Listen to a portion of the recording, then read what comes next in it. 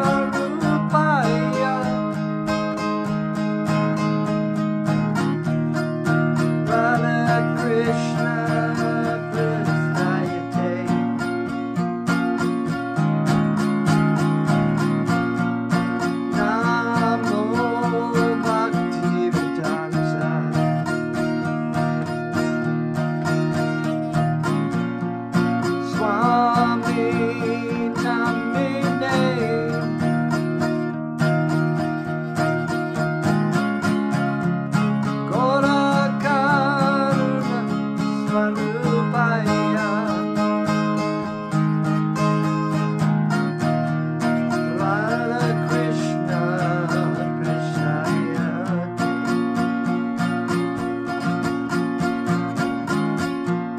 Namo Bhakti Vedanta Swami Namine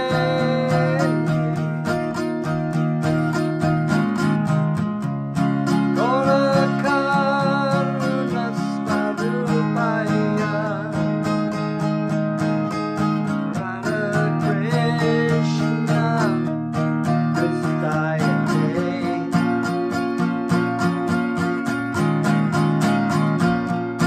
Bhaja Shri Krishna Chaitanya Prabhu Nityananda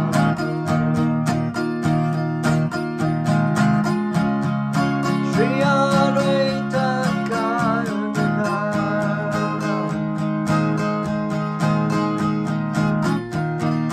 Srivasade Gopakavrinda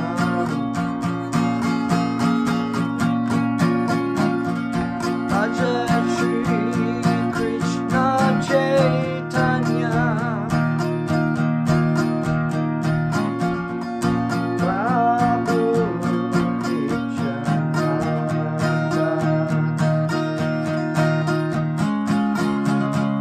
Shri Advaita Gadadhara Srivasade Gopakavrinda Haribo Nitagor Nitagor Haribo Haribo Nitagor Nitagor Haribo Haribo Nitagor Nitagor Haribo Haribo Nitagor Nitagor Haribo Nityananda Chaitanya Nityananda Chaitanya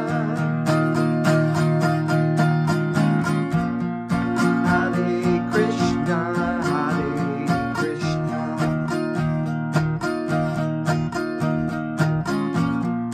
Krishna Krishna Hare Hare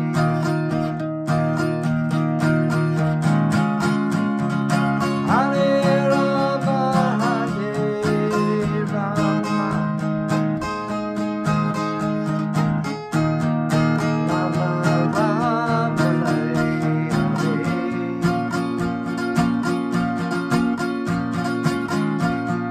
Hare Krishna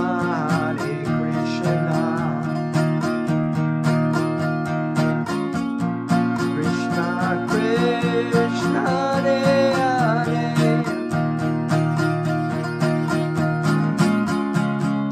Hare Rama Hare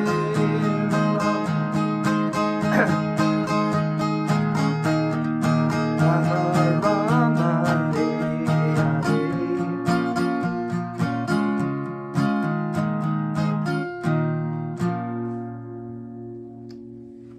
Haribo.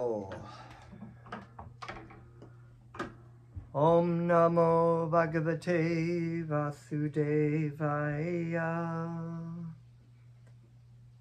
Namo Siddha Swarupananda Paramahamsa Namine Kodakara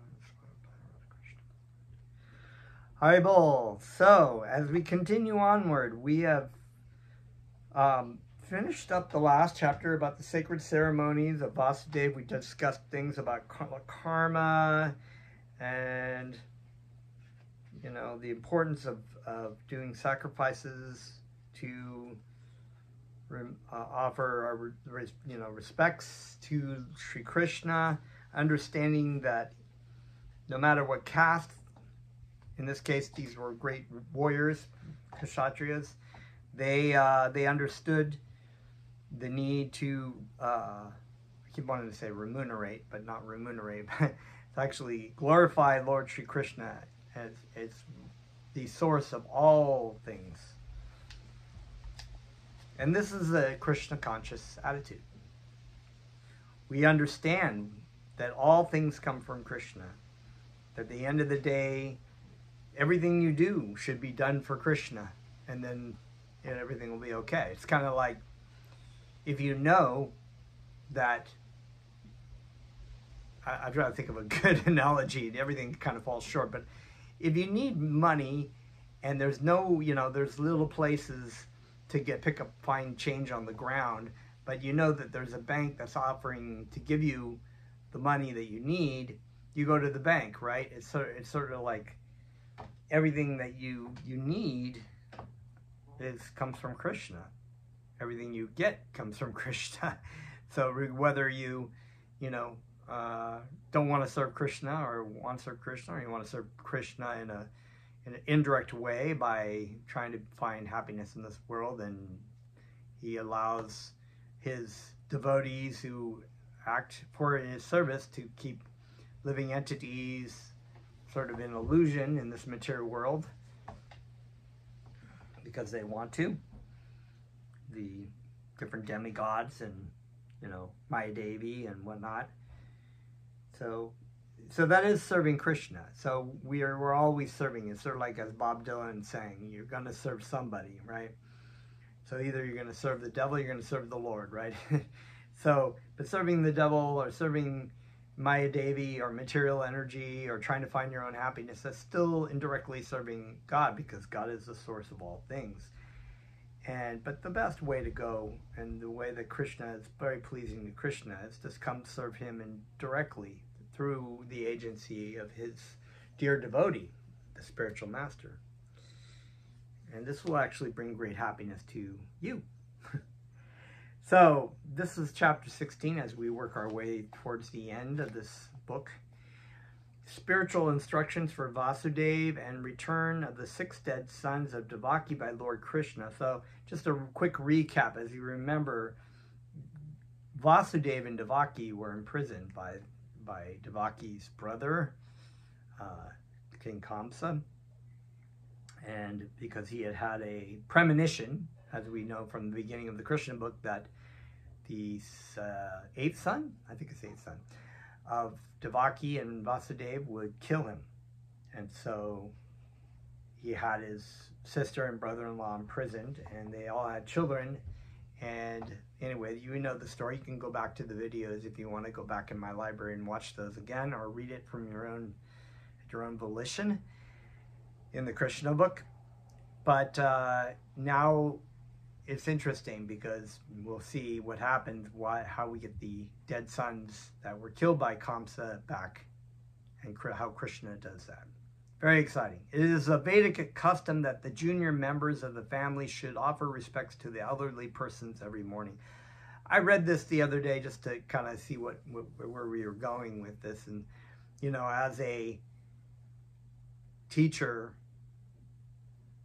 this is something that does not happen at very little. It's not like, really in the Vedic system, the children of the parent should actually get down on the ground and pay their obeisances to their spiritual master, to their parents, who are acting as their spiritual master. But even if not, the fact of the matter is that the parent does so much for the kid, and the kids are so, when you're young and kind of, whatever, you don't really take that as a valuable thing, unless, of course, as a good parent, you teach your kids to respect your parents because of everything they do for you. They work their butt off to try to feed you, house you, send you through school, send you through all kinds of extracurricular activity. They are with you when you're sick, and they help you through your stresses and your problems. In some cases, your adult children ask for money, and you give them money, and it goes on and on. So many material things that you do, such a sacrifice to be a parent. And the parent is actually not kind of maybe not really aware of that kind of sacrifice that you have to take on as to be a parent. You're so overwhelmed by Maya Devi and this desire of, oh, it's so wonderful, I'm going to have my kids or have children. Oh, it's so wonderful, and I have my wife and my children, and it's going to be just like in the movies where they ride off in the sunset. But like these people, they get together and they don't see them 30 years down the line. Anybody who's ever been married or had kids knows how difficult to maintain a marriage, how difficult it is to raise children, to be, especially in this day and age where the craziest stuff is happening for kids, and people, they have to worry about like identity crises and whether or not they're want to kill themselves because they're too completely hyper focused on their phones and whatever else. They're maybe they're abusive, or they're going to get kidnapped, or they just see so much stress in their life they don't know how to deal with things. Anyway, so the point being is that from an early age, as a parent, you should teach your children to offer respects to you, because as a parent, because you are, in the Vedic system, the first spiritual masters of your children. You teach them about Krishna. You teach them about how you should act in this material world, and how you can help go back to Krishna, and how you can, from the very spiritual perspective, go back to Krishna and dovetail your life in service of Guru Dev and Krishna. But on a very broad spectrum, how to cope in the material world, how to understand that you are not the center of your enjoyment. Like everybody is wondering why there's so much suffering and so much problems in the world. All they got to do is put a look in the mirror. It's like they're always wondering how do we change the world, and they don't really want to change the way they act or the way they relate. Or the fact of the matter, to understand they're not even their body or their mind. In this life, I'm a white male American, straight, whatever, blah, blah, blah. In my next life, I might be a dog or a lizard, depending on how I act in this world, how my activity is engaged, whether or not I'm going to utilize this precious form of human life, which is a very precious form, to dovetail my activities to help me go home, go back to Krishna, and also teach people, hello, you want to bring peace to this world? Stop acting so demoniac and self-centered. You're not God. It's very simple, and then they can see by your activity and by your example, and hopefully they'll follow suit. So as a young child, you take care of your children, you give them material needs, you give them the things that they have, but you have to guide them in a way that's strict in understanding how to respect your elders. So that comes back to my point as a teacher. A lot of young people are taught through their cell phones because their parents are not actually monitoring what they're watching on their phones. They just hand them an iPad when they're 3 or a cell phone, and they have free reign to the internet. And there's some crazy, crazy stuff on the internet. Not just crazy, but also ways and means to teach people that it's not important to have these kinds of values that we've been brought up in for thousands of years. It's not important to respect your parents. It's not important to respect your teachers or your elders, even though they've been through the example of that. It's not important. And you should just, you're told to, trailblaze the path, by yourself. You can do it. Nothing is impossible, right? I saw this in the school the other day. I thought that's really wrong. I see the purpose of doing these kind of things, to have these things. Believe in yourself. If you believe in yourself, everything is possible. And so that's fundamentally wrong, because one, you shouldn't believe in yourself, because that doesn't make any sense. There is a self. You should understand that you are the spiritual spirit soul. With that understanding comes confidence. you believe in God, right? And you understand that I am part and parcel of God. I am the servant of God. And what I should do is turn that light back to myself and say, you know, what are my faults? How can I control anger? How can I communicate better with people? How can I respect people? Not just expecting everybody is going to respect when you can't even respect it, because you have this whole smorgasbord of social media. Everybody is like, oh, they're not respecting me, but they're not respecting them either. So it's just like, you know, continuously insulting, and you're teaching younger people this. It's okay to just constantly engaged in, you know, a battle of insults and criticisms about people without really having a real genuine discussion. It's okay to disagree with people, but, you know, you should have a civil discussion. Anyway, this is a very broad subject, of course. The children or the principals especially should offer their respects to their parents or to the spiritual master in the morning. The spiritual master is he's your spiritual parent, really. You know, he is seen you as a parent act as the first shiksha guru to your children, but the spiritual master can also be a shiksha guru or a diksha guru, but ultimately it's the guru that you try to say, listen to the spiritual master. Or eventually, if you don't want to follow a particular spiritual master, just try to learn the truth by approaching a spiritual master. There are many spiritual masters, and it's your duty to listen to people with intelligence to understand, is this person telling me the truth about life? So that's another big topic right there. In pursuance of this Vedic principle, Lord Krishna and Balaram used to offer their obeisances to their fathers. So there's the Supreme Personality of Godhead setting the example, offering their respects to their fathers. We should offer our respects not just to Krishna, but to the devotee of Krishna, but to the servant of the servant of the servant, as Lord Chaitanya says.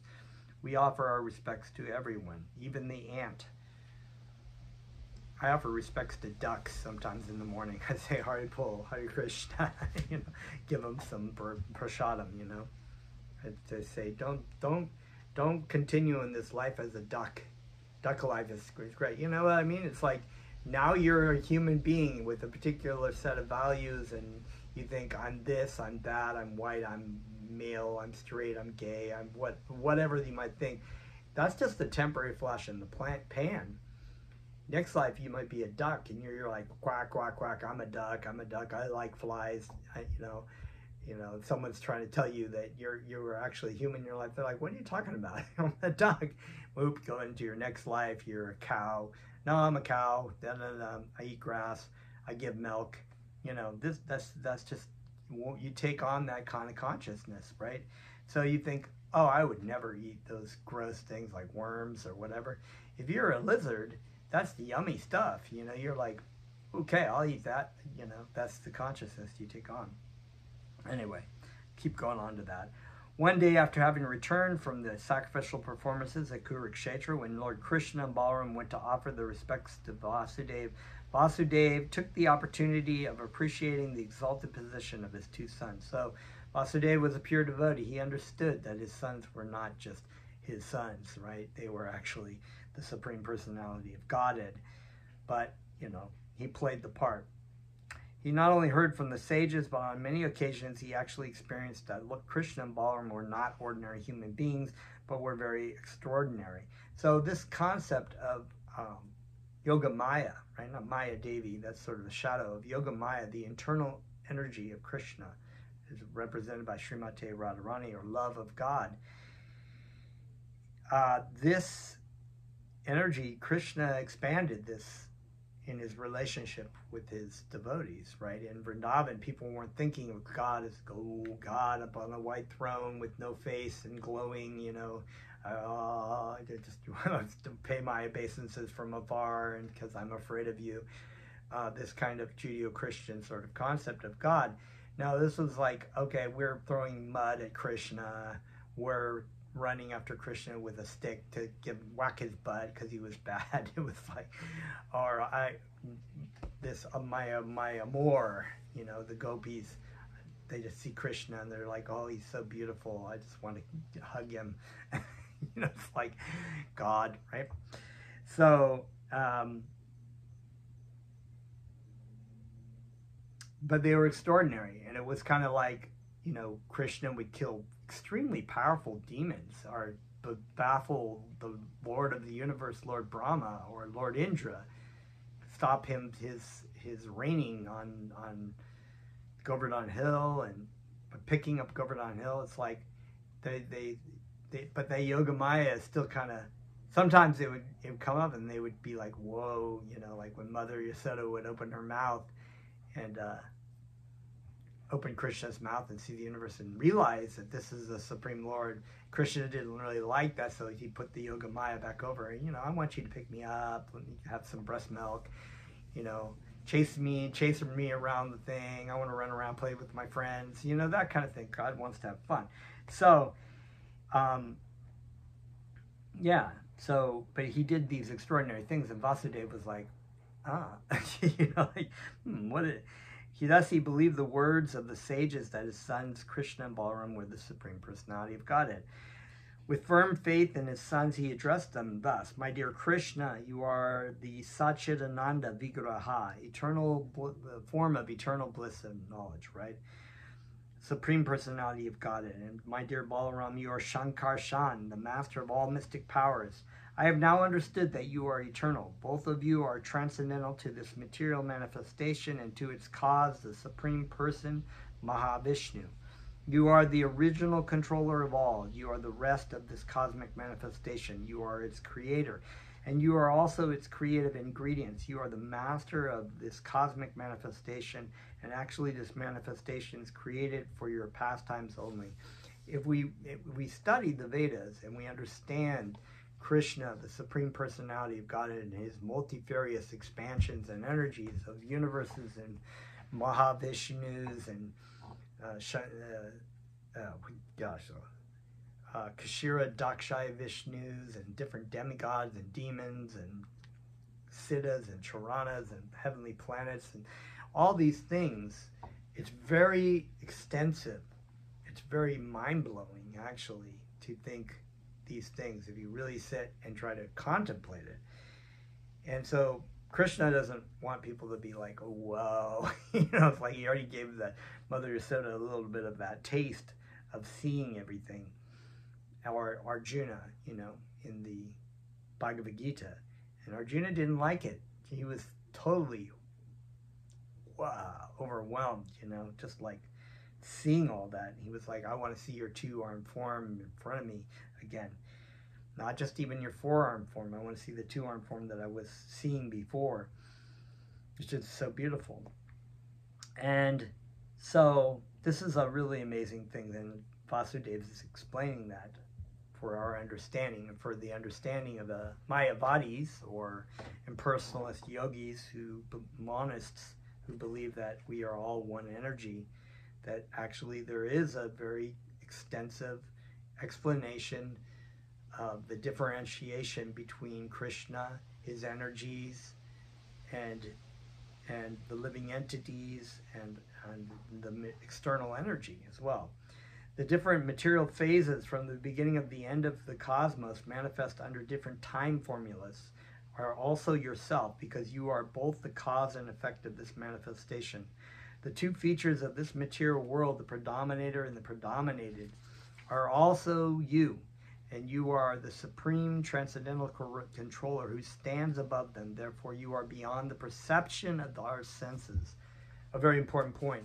Once we start to kind of try to like speculate and understand that with our brain and with our senses, is like, how can something be simultaneously one but not one? As Lord Chaitanya famously said, Achinta Bheda Bheda Tattva, simultaneously one but different. Sometimes analogies are used like the sun globe and the sun rays. The sun rays are separate from the sun globe. They're not the sun. They come from the same source, but they are not the same. So that's the best kind of material explanation that we can understand, that Krishna this is all one, but yet all different. You are beyond the perception of the senses. You are the Supreme Soul, unborn and unchanging. Unborn, Aja, right?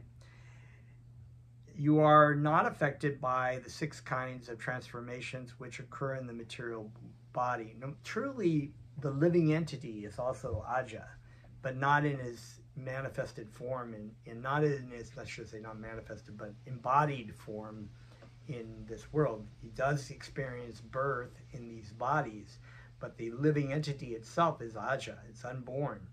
It is constantly existing. You are not affected by the 6 kinds of transformation which occur in the material body. Birth, this explained in the Bhagavad Gita also. And you have entered the super soul, as a super soul, into each living entity and even into the atom. You are the maintainer of everything. The vital force which is acting as the life principle in everything and the creative force derived from it are not acting independently, but are dependent upon you, the Supreme Person behind these forces. So another important point, Achinta Bheda Bheda, simultaneously one but different. Different in the sense that they're different parts, right? We have the sun rays, but that cannot, the sun ray cannot, there is no question of a sun ray without the sun globe, right? We can't understand that. It's sort of like taking water out of wetness, or wetness out of water. What is it? It's like you can't separate these things, even though they are different, but they're simultaneously the same. They do not act independently. So the living entity cannot act independently. It can have a certain portion of independence, a perceived independence of making choices, right? But ultimately, we are eternally the servants of Krishna, either directly or indirectly through Maya Devi. There's no I'm not going to serve Maya Devi and I'm not going to serve Krishna. I'm just going to serve my own thing. No, that doesn't work that way. Sorry. Without your will, they cannot work. Material energy has no cognizance, right? So the only reason why the material universe actually is active, while there's wind and weather and there's movement and growth and people moving around, is because the living entity is present. And Krishna is present within the material world via the living entity, because the living entities who do not want to serve Krishna are given the opportunity to come here. But there would be no activity to the material energy without, the forms of earth, water, fire, air, ether, even mind, intelligence, and false ego cannot be active without the active Purushatam, right, of the Purusha, the actual controller of that, which is the living entity, and the controller of the living entity is Krishna. So if the living entity wishes to come here, then he'll be here, and that's why we have activity in the material universe. That's explained very thoroughly in the Bhagavad Gita, chapter 7. Because the material nature is dependent upon you, the living entities can only attempt to act.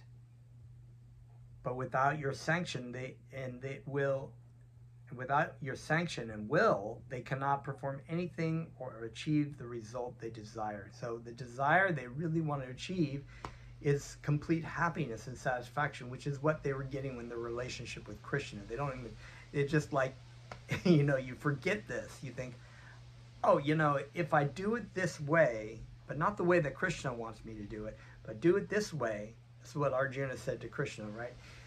I will be happy and satisfied. Krishna's saying you're not going to be. It won't be. And nobody is. Nobody is completely satisfied. They may have a lot of good karma. They may have happy families and maybe live in a nice house and fortunately live not, in America, it's got problems, but we haven't experienced direct warfare in our country for, a long time.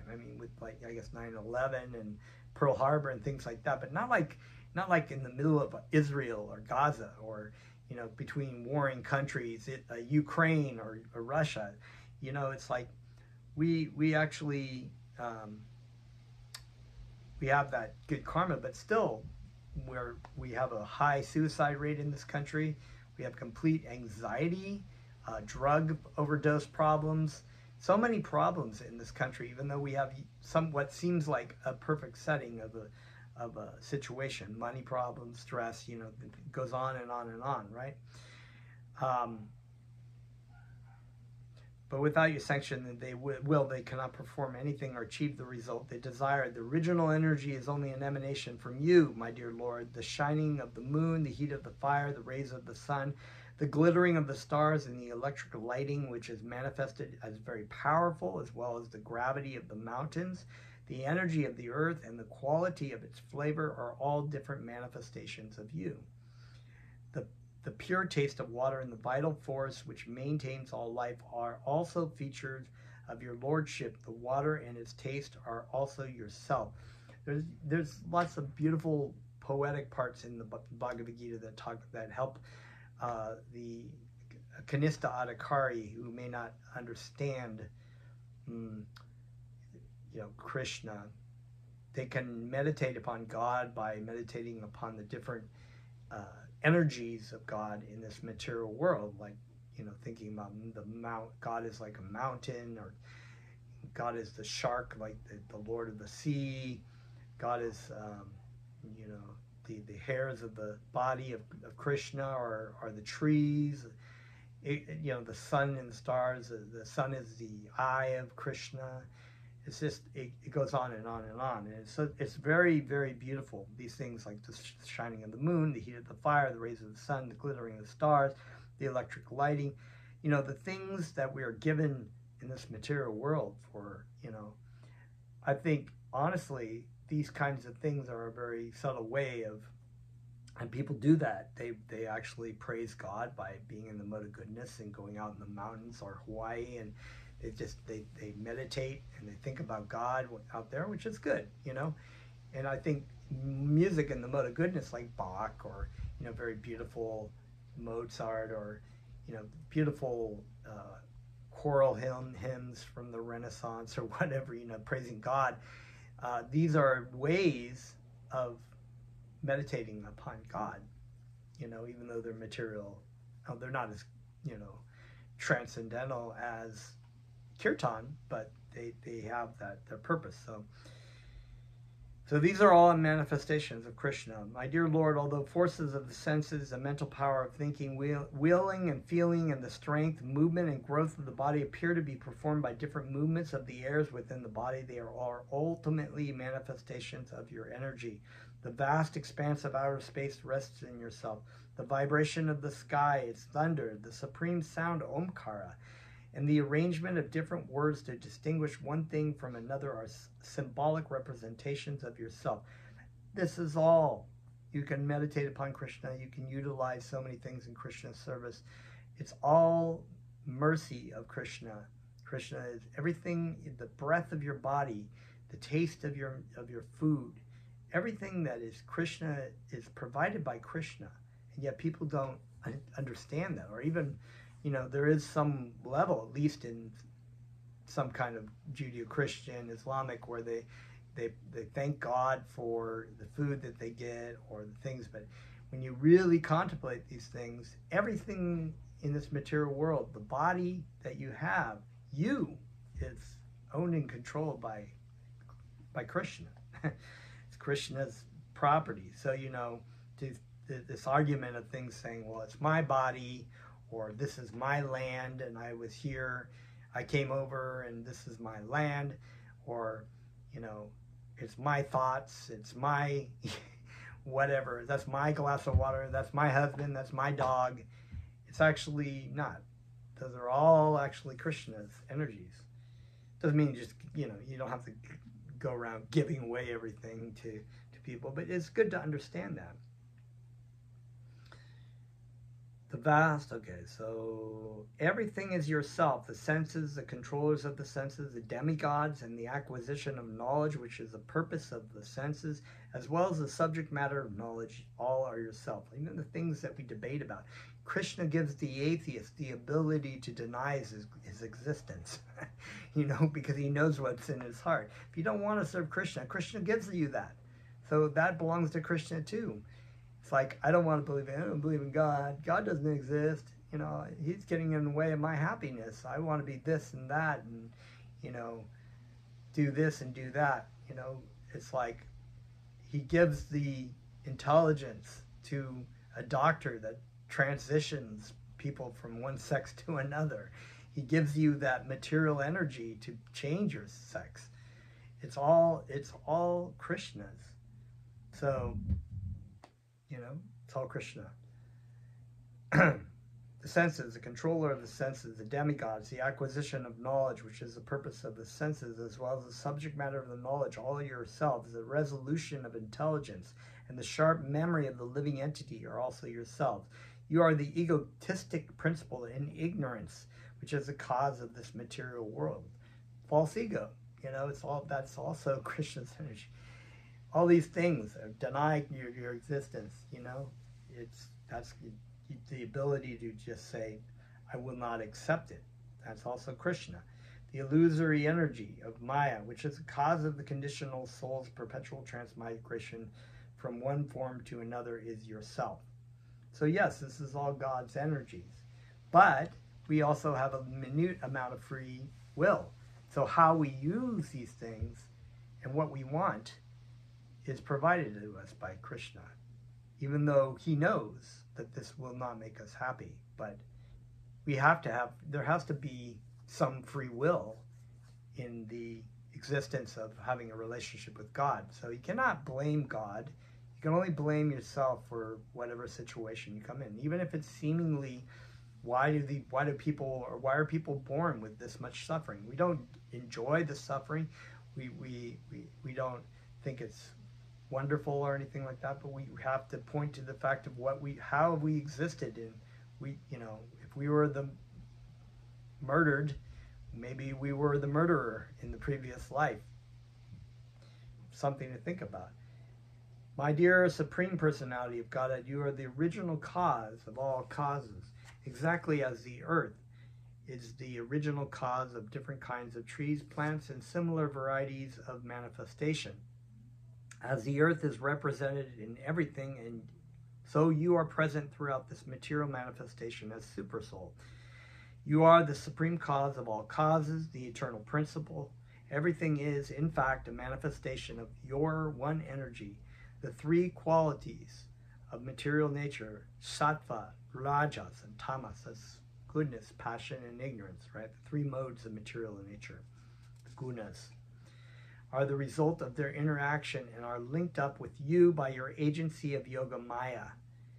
They are supposed to be independent, but actually the total material energy is resting upon you, the Supersoul. Since you are the supreme cause of everything, the interactions of material manifestation, birth, existence, growth, transformation, deterioration, and annihilation are all absent in yourself.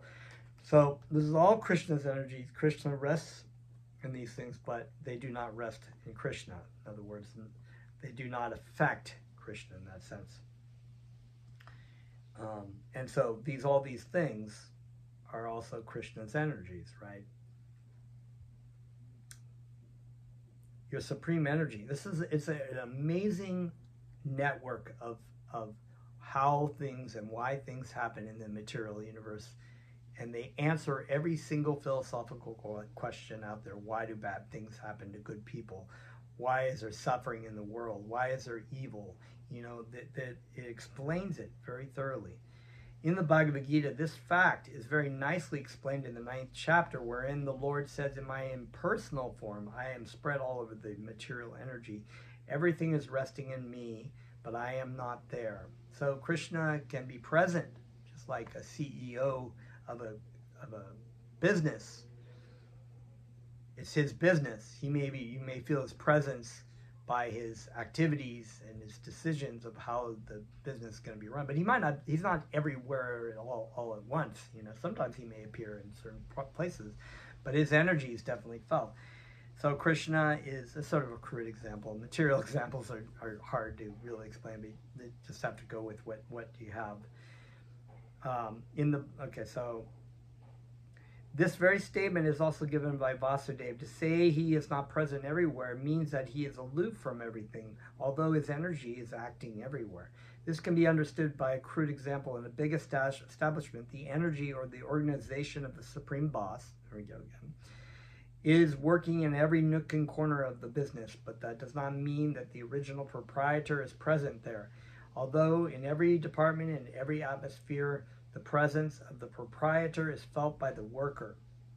So that's just a bit more extensive way of what I just said. A better way, of course. The physical presence of the proprietor is in every department is formality only. Actually, his energy is working everywhere. Similarly, the omnipresence of the Supreme Personality of Godhead is felt in the action of his energies. Therefore, the philosophy of inconceivable simultaneous oneness with and difference from the Supreme Lord is confirmed everywhere. The Lord is one, but his energies are diverse.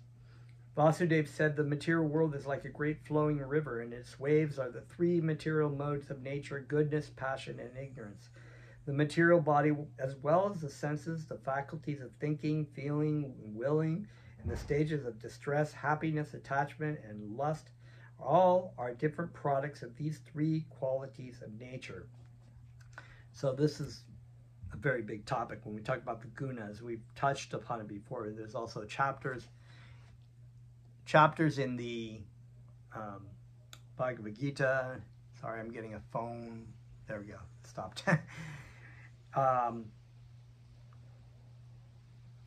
Somebody trying to call me. Hopefully it didn't block out what I was saying. Your transcendental identity above all this material reaction continues to remain in the entanglement of fruitive activity and is subjected to the continuous process of birth and death without a chance of being freed. This is also confirmed in a different way by the Lord in the fourth. Oh, still got a little bit to read. Okay. Chapter of Bhagavad Gita. It is said that anyone who knows the appearance and activities of the Supreme Lord Krishna becomes freed from the clutches of material nature and goes back home, back to Godhead. Therefore, Krishna's transcendental name, form, activities, and qualities are not products of this material nature. My dear Lord, Vasudeva continued, despite all these defects of the conditioned soul, if someone somehow or other comes into contact with devotional service, he achieves this civilized human form of body with developed consciousness and thereby becomes capable of executing further progress in devotional service. And yet, illusioned by the external energy, people generally do not utilize this advantage of the human form of life. Thus, they miss the chance of eternal freedom and unnecessarily spoil the progress they have made after thousands of births. This is the crux of the point. The human form of life, people are transmigrating through 8,400,000 species of life. When you are in other species of life, the only great fortune you would have is if you come into contact with a devotee of Krishna or chanting or here eat some prasadam or something, you know, because you're not as a dog or as a duck or bug, whatever it might be. You don't sit around discussing philosophy, Vedic philosophy. What is the meaning of life, you know? You don't sit there. You don't discuss that. You don't have that capacity. You only have a capacity of eating, sleeping, mating, and defending, right? Which is a human trait as well. Eating, sleeping, mating, defending. But there is also a fifth propensity, which is to inquire why, you know? So we have a developed consciousness in the human form of life. That's why we're able to philosophize and to ask why. What is the meaning of life, you know? Dogs don't do that, you know? They're just like into that. But Bhaktivedanta is called many humans as a polished animal because they know how to eat, sleep, and mate and defend very well, but they don't utilize this precious form to ask themselves, why am I here? What happens to me when I die? Is there more to this? What should I be doing with my life in this body? This is the opportunity, and anyone who comes into contact of the chanting of Krishna's names or even greater fortune of coming into contact with a pure devotee to hear about that is so fortunate. And even a greater is the person who takes to heart the instructions that they've heard and applied them in their life and shared them with others. So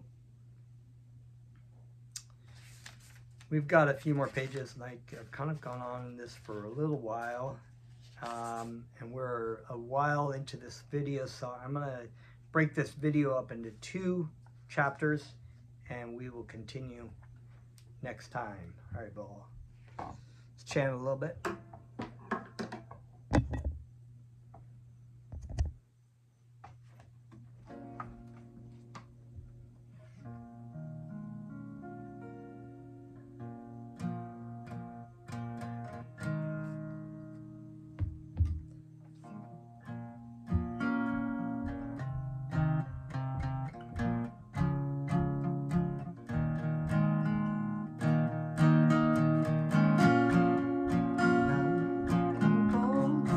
Itago, Itago, Haribo, Haribo, Itago, Itago, Haribo, Itago, Itago, Haribo, Haribo, Itago, Itago.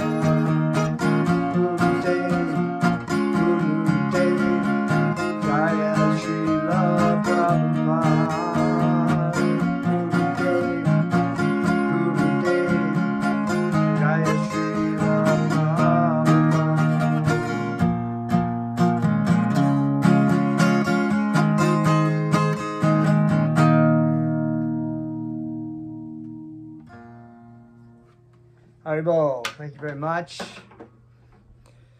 And we'll see you next part for the second part of this class. Haribol.